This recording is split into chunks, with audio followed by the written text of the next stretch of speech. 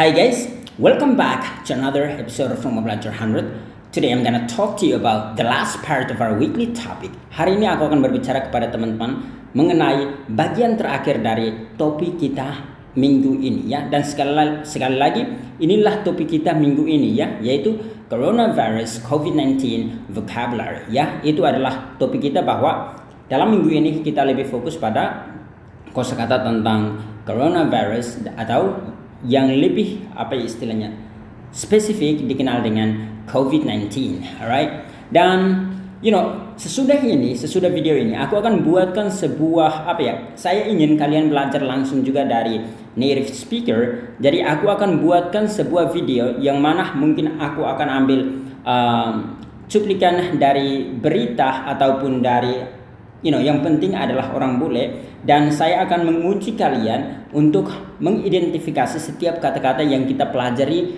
minggu ini ya. Karena yang kita ajarkan adalah sesuatu yang benar. Jadi kalau kalian belajar dengan serius, kalian bisa mendengarkan atau paling tidak bisa kayak mengetahui, oh kata itu tadi yang disebut oleh si pembawa berita itu, atau oh kata ini yang diucapkan oleh orang ini ya. Jadi aku mau ngetes kalian soal itu, dan tentunya aku akan mengajarkan kalian lebih banyak hal dalam analisa video tersebut, alright? Dan kalian tentunya akan belajar untuk meningkatkan skill listening Anda dan juga berbicara Anda, dan juga tentunya berbagai skill entah tentang tulisan ataupun juga dalam membaca, alright? Dan itu adalah kabar gembira untuk kita semua. Dan langsung saja kita masuk pada pelajaran hari ini. Let's go right into it. Let's look at the first one, yaitu kata yang ini. Bagaimana cara Anda melafalkan ini? Sebelumnya, di video sebelumnya aku udah ajarkan kalian tentang kata yang ini ya. Kata yang ini. Dan tentunya kalau kalian nonton video, kayaknya video yang paling pertama, kalian akan tahu bagaimana cara melafalkan kata ini. Caranya adalah asymptomatic. Alright, once again, asymptomatic. Ini artinya apa? Ada yang tahu? Sekali lagi cara melafalkannya adalah asymptomatic. Alright, once again, asymptomatic. Apa arti dari kata ini? Ini artinya tidak menunjukkan gejala apa-apa. Tidak bergejala gitu ya. Secara singkatnya, tidak bergejala atau tidak menunjukkan gejala apa-apa. Entah dia kena virus atau tidak, dia tidak sakit.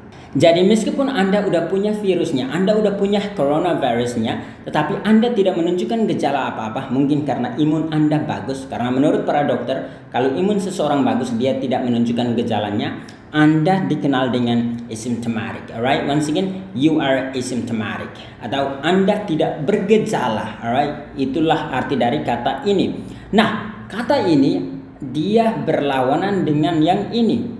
Kalau ini tidak bergejala, ini bergejala, alright? Dan ini semua adalah kata sifat ya.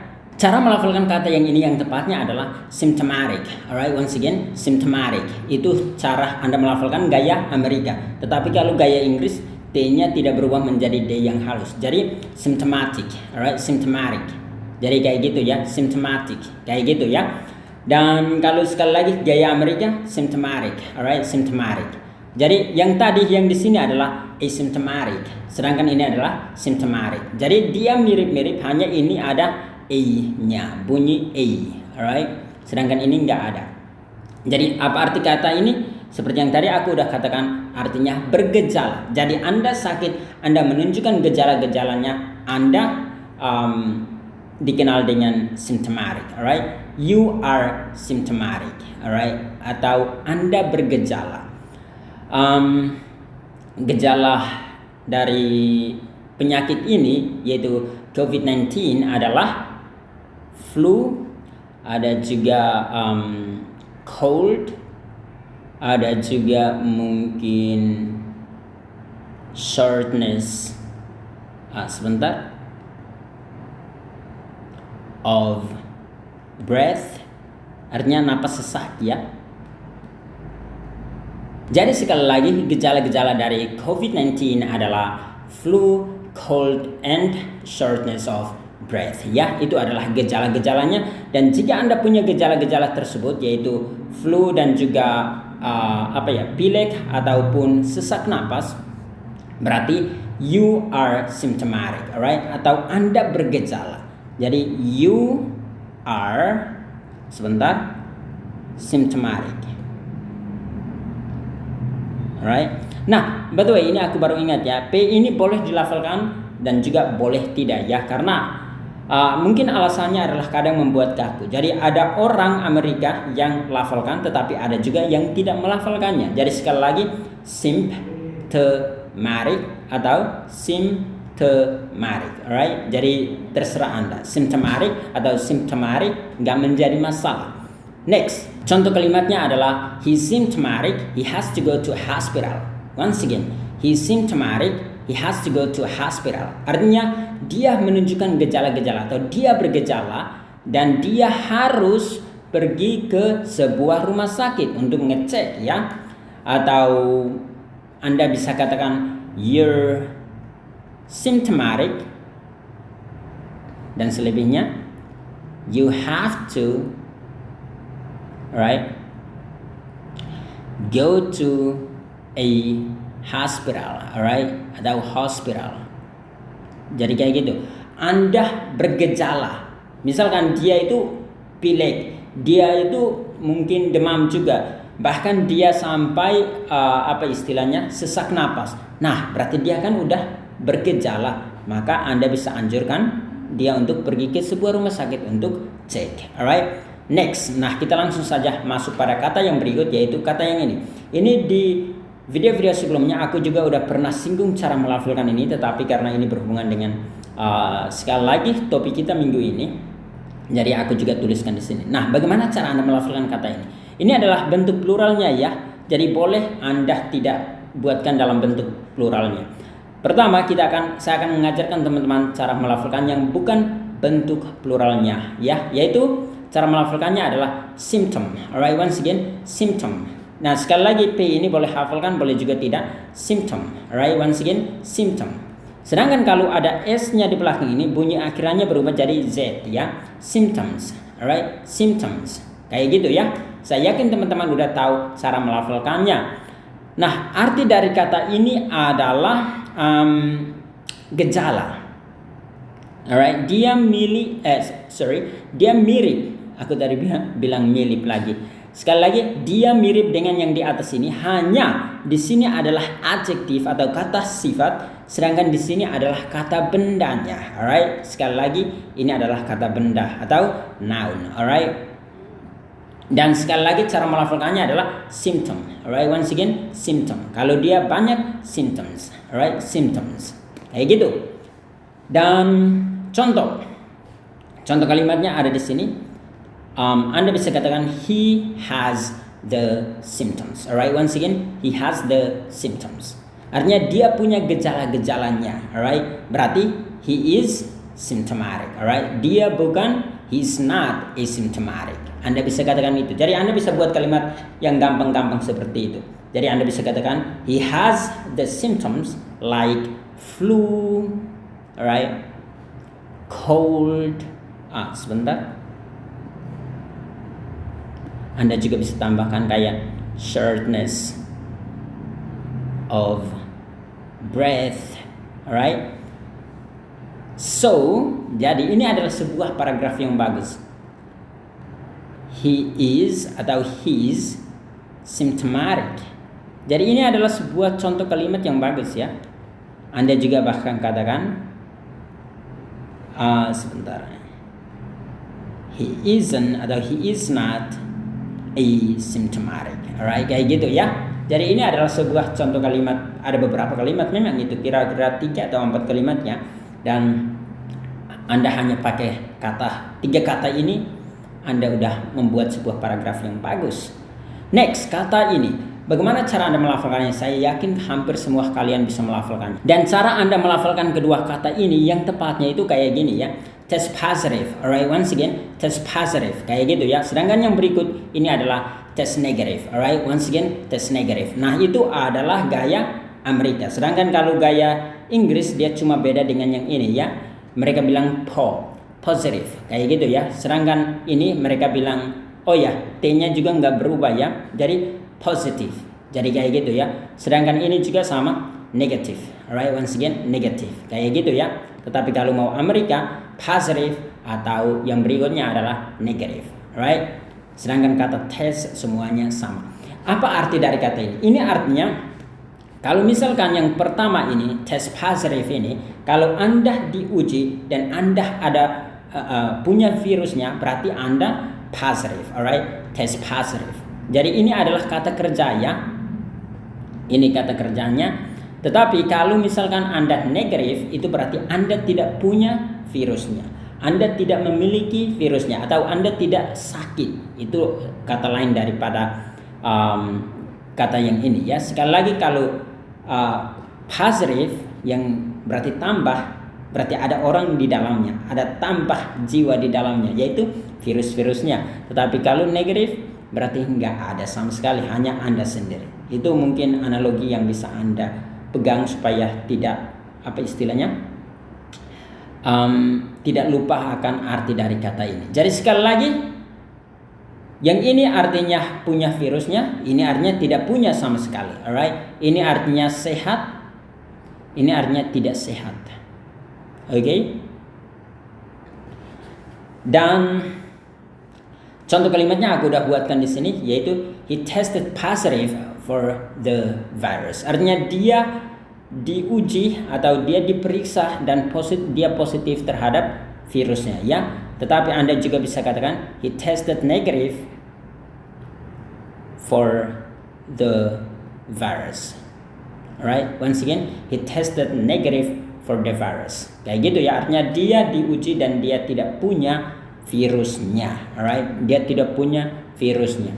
Jadi sekali lagi kalau ini dengan ini bertemu berarti ada virusnya. Kalau ini berarti virusnya minim atau minus berarti tidak ada. Alright, itu yang mungkin Anda bisa pegang untuk bisa tetap mengingat arti dari kata itu. Next, kata ini. Bagaimana cara Anda melafalkannya? Ada dua ya. Ini biasanya paling banyak di British atau UK dan teman-temannya, misalkan Australia dan selebihnya. Sedangkan ini biasa paling banyak di US ya. Dan cara melafalkannya adalah kayak gini. Trans yang paling pertama, transmit, alright? Transmit. Sedangkan yang ini adalah trans, dia pakai S biasa, transmit, kayak gitu ya. T-nya tetap dilafalkan atau juga nggak dilafalkan juga nggak terlalu berpengaruh. Apa arti dari kata ini? Ini artinya menular, oke? Nah ini sebenarnya banyak sekali arti ya, baik di bagian teknologi, baik dalam bagian telekomunikasi itu juga ada artinya. Tetapi karena sekarang kita berbicara tentang coronavirus, makanya kita lebih utamakan yang arti berhubungan dengan penyakit ya. Dalam hal ini menular. Misalkan virus ini menular dari orang ini ke orang ini. Alright, itu istilahnya adalah yang ini, yaitu transmit atau transmit. Alright, itu saya yakin teman-teman udah tahu caranya, tahu artinya. Dan untuk contoh kalimatnya tadi aku udah buatkan di sini ya, dan cara melafalkannya adalah kayak gini. Coronavirus is transmitted through droplets. Artinya bahwa virus corona bisa ditularkan melalui cairan ingusan ataupun air ludah ya. Jadi misalkan Anda buang air ludah dan orang pegang kena air ludah tersebut atau percikannya dan di situ ada virusnya, dia juga bisa tertular. Atau misalkan Anda bersin dan ada air istilahnya ingus ya yang mengalir, percikannya doang kalau kena kita misalkan atau orang lain, dan dalam percikan itu ada virusnya, maka dia juga bisa tertular penyakit Anda. Alright. Jadi sekali lagi, coronavirus is transmitted through droplets. Alright. Ini juga dulu aku udah ajarkan cara melafalkannya dan juga artinya. Next, kata yang ini. Ini adalah bentuk noun dari kata yang ini. Ini adalah verb ya. Nounnya adalah kayak gini ya. Sekali lagi, ini adalah UK, ini adalah US. Cara melafalkannya adalah yang paling pertama adalah trans, alright, seperti yang tadi transmission, alright, once again transmission. Jadi kita tekankan di sini ya. Sedangkan untuk US trans, alright, jadi dia pakai S. transmission. Alright, once again, transmission. Kayak gitu ya. Jadi sekali lagi, yang pertama adalah trans, yang kedua adalah trans. Alright, jadi transmission. Once again, transmission. Sedangkan ini adalah transmission. Alright, transmission. Kayak gitu ya. Dan untuk contoh kalimatnya udah aku siapkan di sini ya. Oh ya, sekali lagi, arti dari kata ini adalah proses penularan atau kegiatan penularan ya. Itulah arti dari kata ini. Dan sekali lagi, banyak sekali arti dari kata ini seperti yang tadi aku katakan di atas sini. Jadi jika Anda mau tahu lebih entah di dunia teknologi atau di dunia telekomunikasi, silahkan cek di kamus Anda, alright? Dan karena di sini kita bahas lebih khusus untuk yang berhubungan dengan virus corona ya. Jadi kita lebih fokus ke proses penularan penyakitnya. Itulah arti dari kata ini ya, yaitu transmission atau transmission.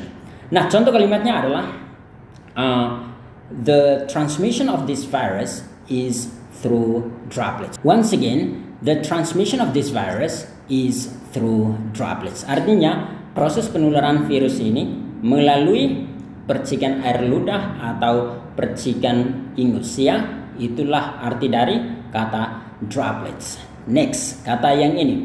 Bagaimana cara Anda melafalkan kata ini? Saya yakin ini paling gampangnya. Caranya adalah treat. Alright, once again, treat. Kayak gitu ya. Jadi TRIT kayak gini, tapi ini I yang lebih panjang. Jadi sekali lagi, treat. Treat. Apa arti dari kata ini? Ini juga banyak sekali arti. Misalkan salah satunya adalah mentraktir, ini paling lumrah ya. Atau yang berikut, bagaimana Anda menghargai orang. Tetapi dalam video ini yang lebih diutamakan adalah proses. Sebenarnya ini bukan kata benda, jadi aku akan jawab pakai kata kerja, yaitu merawat atau mengobati ya. Jadi kayak gitu. Ini adalah kata kerja ya. Jadi artinya adalah merawat atau mengobati. Alright. Dan contoh kalimatnya adalah misalkan seperti ini. Doctors cannot treat COVID-19. Artinya para dokter tidak bisa mengobati penyakit yang ini. Atau dalam arti lain belum ada obatnya ya. Jadi sekali lagi, doctors, Anda bisa lafalkan ini dengan doctors juga nggak menjadi masalah ya. Doctors cannot treat COVID-19. Atau Anda bisa ganti kata ini dengan kata ini ya, this disease. Atau arti lain penyakit ini. Jadi doctors cannot treat this disease. Atau mungkin Anda mau ganti cannot ini dengan can atau can ya. Jadi the doctors can treat this disease. Alright, kayak gitu ya. Next, kata yang ini adalah kata benda dari kata yang ini. Jadi cara melafalkannya adalah mirip, yaitu treatment. Alright, once again, treatment. Jadi selengkapnya adalah treatment. Once again, treatment. Arti dari kata ini adalah perawatan atau proses perawatan atau pengobatan. Alright, pengobat ya. Itulah arti dari kata ini ya. Sekali lagi cara melafalkannya adalah treatment. Alright, once again, treatment. Dan contoh kalimatnya adalah seperti yang ini, yaitu there is no antiviral treatment for COVID-19. Once again, there is no antiviral treatment for COVID-19 ya. Artinya tidak ada pengobatan ya, pengobatan antivirus, tidak ada pengobatan antivirus. Nah, kata yang ini nanti aku ajarkan kalian apa arti dari kata viral. Jadi ini adalah sebenarnya ini artinya virus ya. Jadi antiviral itu artinya antivirus ya. Pengobatan antivirus terhadap COVID-19. Alright, once again, there is no antiviral treatment for COVID-19. Ya, itu adalah contoh kalimatnya. Tadi aku ingat apa ya? Lupakan saja. Oh ya, untuk teman-teman sekalian yang menonton video ini, jangan lupa untuk bagikan video kita ke halaman Facebook Anda, ke grup WA ataupun grup Facebook Anda, ataupun ke story Anda, supaya lebih banyak teman-teman kita belajar bahasa Inggris juga dan meningkatkan skill mereka dan juga meningkatkan kesejahteraan di dalam bangsa kita. Dan untuk teman-teman sekalian juga jangan lupa untuk subscribe ke halaman YouTube kita, yaitu Kursus Bahasa Inggris RBA 100. Sekali lagi, ini adalah nama kita, Kursus Bahasa Inggris RBA 100, dan juga follow halaman Facebook kita, yaitu Kursus Bahasa Inggris RBA 100, dan akan kita buatkan lebih banyak video-video yang lebih berkualitas untuk membuat Anda lebih lancar ngomong bahasa Inggris, terutama yang berhubungan dengan orang-orang bule. Akan kita buatkan sebanyak mungkin untuk meningkatkan kemampuan listening Anda, speaking Anda, dan lebih banyak lagi. Alright? Dan kita akan buatkan semuanya itu hanya untuk Anda sekalian. Dan untuk teman-teman sekalian yang ingin mendapatkan mentoring langsung dari tim tutor kami dari komunitas Kursus Bahasa Inggris RBA 100, Anda bisa menghubungi nomor WA salah satu admin kami untuk minta promo ataupun informasi lainnya. Hanya di ini nomornya ya, yaitu sebentar aku tuliskan di sini, 0813 8719, dan yang terakhir adalah 8968 ya. Ini adalah nomor WA dari salah satu admin kami. Sekali lagi, 0813 8719 dan 8968. Anda bisa menghubungi nomor tersebut dan minta informasi sebanyak mungkin dari mereka. Next, kata yang ini. Bagaimana cara Anda melafalkan kata ini? Cara melafalkan kata ini yang tepatnya adalah vaccine. Nah, ini yang aku temukan juga ya, bahwa ada beberapa penekanan dalam berbahasa Inggris. Ada yang menekankan pada yang pertama ini, ada juga yang menekankan pada yang kedua. Jadi, tapi yang saya ingat terutama bahwa ini biasanya yang lebih menekankan pada yang paling pertama itu adalah gaya British, tapi yang menekankan pada yang kedua itu lebih ke Amerika ya. Jadi silahkan Anda milih. Tetapi biasanya saya juga dengar mereka saling menukarkan. Jadi cara melafalkannya yang pertama adalah vaccine. Alright, once again, vaccine. Jadi itu penekanannya lebih ke yang pertama, yaitu vaccine. Sedangkan kalau menekankannya di sini yaitu vaccine. Alright, vaccine. Jadi dia lebih menekankan di yang terakhir ya.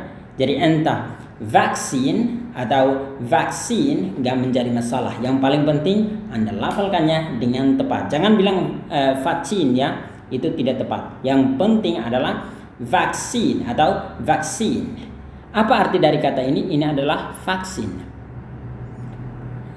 Ya, ini tentunya adalah jenis apa ya? Kadang dia untuk mencegah penyakit lah. Inti dari sini, aku bukan orang apa istilahnya dokter di bagian kedokteran, tetapi ya saya tahu sedikit bahwa ini untuk mencegah penyakit ya. Dan contoh kalimatnya adalah seperti yang ada di depan Anda, yaitu there is no vaccine for COVID-19 yet. Artinya tidak ada vaksin untuk penyakit yang ini ya, belum ada maksudnya. There is no vaccine for COVID-19 yet. Artinya sekali lagi tidak ada vaksinnya untuk penyakit yang ini. Dan sekarang itulah alasannya sekarang Amerika dengan Cina berlomba-lomba untuk menemukan vaksinnya. Tapi kalau untuk saya tidak menginginkan ini, karena aku juga nggak tahu kira-kira apa yang ada di dalam vaksin tersebut. Ya, aku masih sehat, jadi nggak terlalu membutuhkan ini ya. Jadi sekali lagi Anda bisa katakan there is no, atau bahkan Anda bisa katakan there's no, alright? There's no vaccine for COVID-19 yet. Artinya tidak ada vaksinnya untuk COVID-19. Nah, yang berikut ini yang seperti tadi aku awalnya udah masukin dalam kalimat, padahal kita belum belajar tentang kata yang ini ya.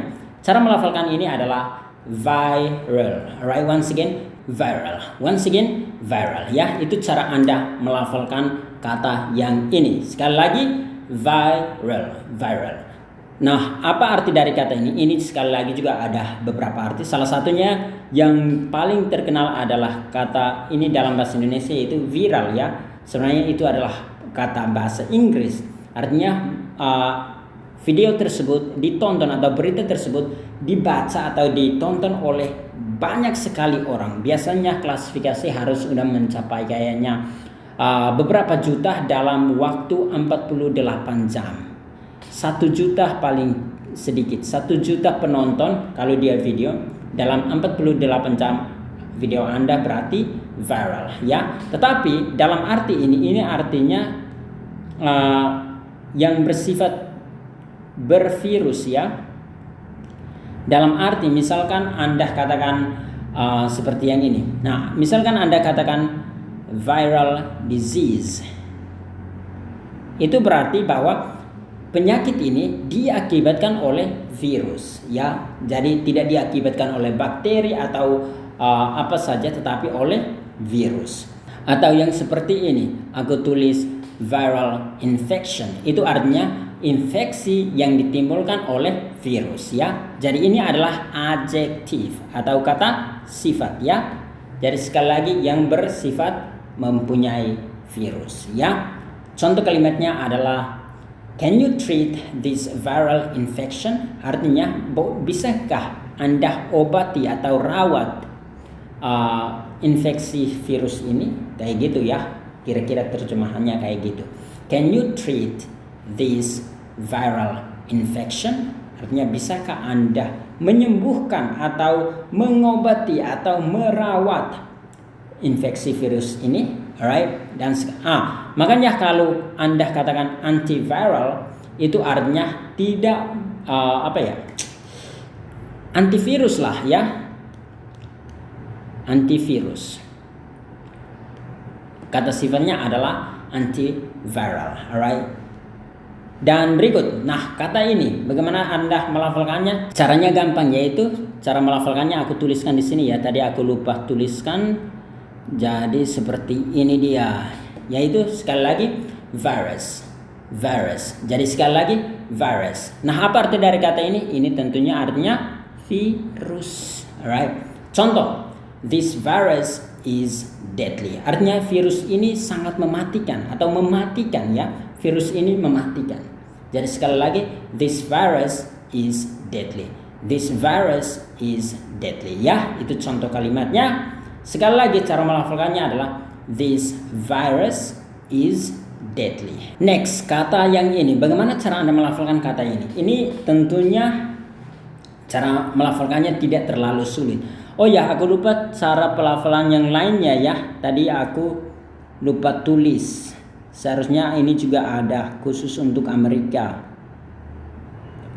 Jadi aku tuliskan supaya kalian tidak bingung kalau ada orang melafalkannya dengan gaya yang satu ini. Nah, yang terakhir ini aku mulai dari yang terakhir yaitu zoo. Alright, once again zoonotic. Once again zoonotic. Jadi zoo kayak gitu ya. Zoonotic. Sedangkan yang paling pertama adalah zoo. Zoonotic kayak gitu ya. Jadi bisa zoonotic kayak gitu. Tetapi bisa juga zoonotic. Alright, once again zoonotic. Tapi Anda bisa pakai British yaitu zoonotic. Jadi dia pakai no ya. Pakai o bukan na. Once again zoonotic. Tetapi kalau mau pakai Amerika zoonotic atau zoonotic kayak gitu ya. Apa arti dari kata ini? Ini artinya penyakit yang diakibatkan oleh